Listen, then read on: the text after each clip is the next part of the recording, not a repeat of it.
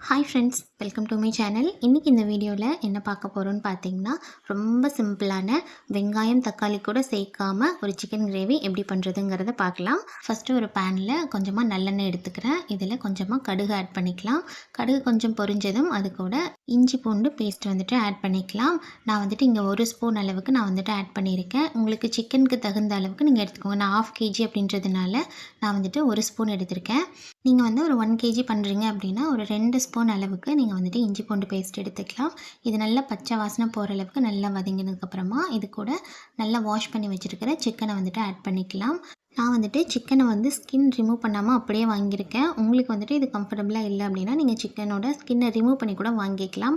அதே மாதிரி நீங்கள் சிக்கன் வாங்கும்போது எப்போவுமே பிரெஸ்ட் பீஸ் கேட்டு வாங்குங்க. அப்படின்னா அதில் தான் வந்துட்டு நிறைய ப்ரோட்டீன் இருக்குது. இப்போது சிக்கன் இஞ்சி பூண்டு பேஸ்ட்டோட நல்லா மிக்ஸ் ஆகி கொஞ்சம் வதங்கினதுக்கப்புறமா இதில் சிக்கன் 65 மசாலா நான் வந்து எடுத்துக்கிறேன். எனி பிராண்ட் நீங்கள் எடுத்துக்கோங்க. சிக்கன் 65 மசாலா மட்டும் போதும். நம்ம சால்ட் வந்துட்டு ஆட் பண்ண தேவையில்லை. ஆல்ரெடி நமக்கு மசாலாலேயே சால்ட் இருக்கும். ஸோ நான் ஆட் பண்ணலை. அப்படியே அதை நம்ம கிளறி விட்டுட்டோம் அப்படின்னா கொஞ்சம் அந்த மசாலா வந்துட்டு ஃபுல்லாக கொஞ்சம் எண்ணெயிலே இதாகிற மாதிரி நம்ம கிளறி விட்டுக்கலாம். இப்போது இது கூட தண்ணி ஆட் பண்ணிக்கலாம். சிக்கன் ஃபுல்லாக மூழ்கிற அளவுக்கு தண்ணி ஊற்றிக்கலாம். இந்தளவு தண்ணி ஊற்றினதுக்கப்புறமா இதை வந்துட்டு நல்லா மூடி போட்டு மூடி வச்சு வேக வச்சிடலாம்.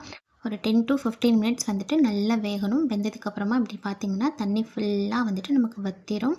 சிக்கன் வந்துட்டு நல்லா வெந்திருக்கும், நல்லா சாஃப்டாக இருக்கும். ஸோ இப்போது வந்துட்டு நமக்கு இதை டீப் ஃப்ரை பண்ணணும்னு தேவையில்லை. டேஸ்ட் பார்த்திங்க அப்படின்னா ரொம்ப சூப்பராக இருக்கும். இதுக்கு ஆனியன் தேவையில்லை, டொமேட்டோ தேவையில்லை. ரொம்ப ஈஸியாக சிம்பிளாக நம்ம வந்துட்டு பண்ணிடலாம். இதை வந்து நம்ம சிக்கன் குழம்பு வச்சு சைடிஷாகவும் வச்சுக்கலாம். இல்லை அப்படியே இந்த கிரேவி ஊற்றி சாப்பிடவும் செஞ்சுக்கலாம். சூடான சாதத்தில் ரொம்ப டேஸ்ட்டாக இருக்கும். ஃபைனலாக மல்லி இலை மட்டும் ஆட் பண்ணிக்கலாம். அவ்வளோதாங்க, ரொம்ப டேஸ்டியான சிக்கன் கிரேவி வந்துட்டு ரெடி ஆகிடுச்சு. ட்ரை பண்ணி பாருங்கள்.